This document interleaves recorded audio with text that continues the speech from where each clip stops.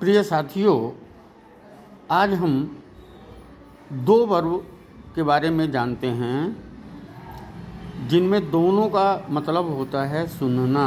एक वर्ब होती है हियर और दूसरी वर्ब होती है लिसन, लेकिन दोनों में बहुत अंतर होता है।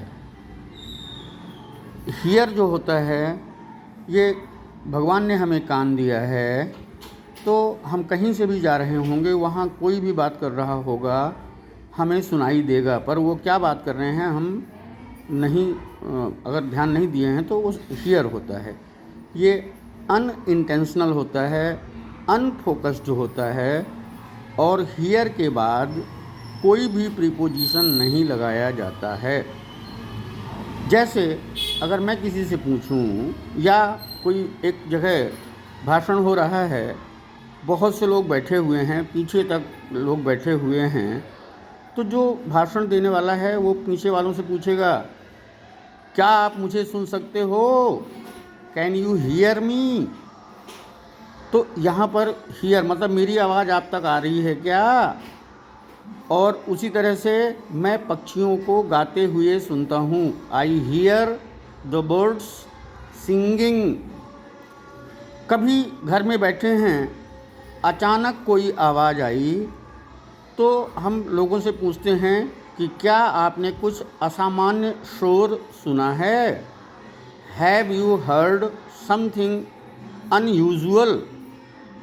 Have you heard something unusual? तो इस तरह से देखते हैं, ये हियर एक सामान्य प्रक्रिया है जो अपने आप होती है। वहीं पर अगर हम लिसन में आएँ तो लिसन में ये इंटेंशनल होता है, हमको गाना सुनना है तब सुनेंगे, फोकस्ड होता है और प्रीपोजिशन लगता ही है। इसका मतलब है ध्यान दे कर के सुनना। कभी अगर हम कहते हैं मेरी बात सुनो, तो ये होता है लिसन टू मी।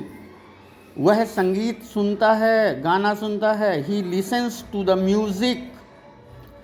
और एक चीज़ और है, मैंने सुना किंतु कुछ सुनाई नहीं दिया।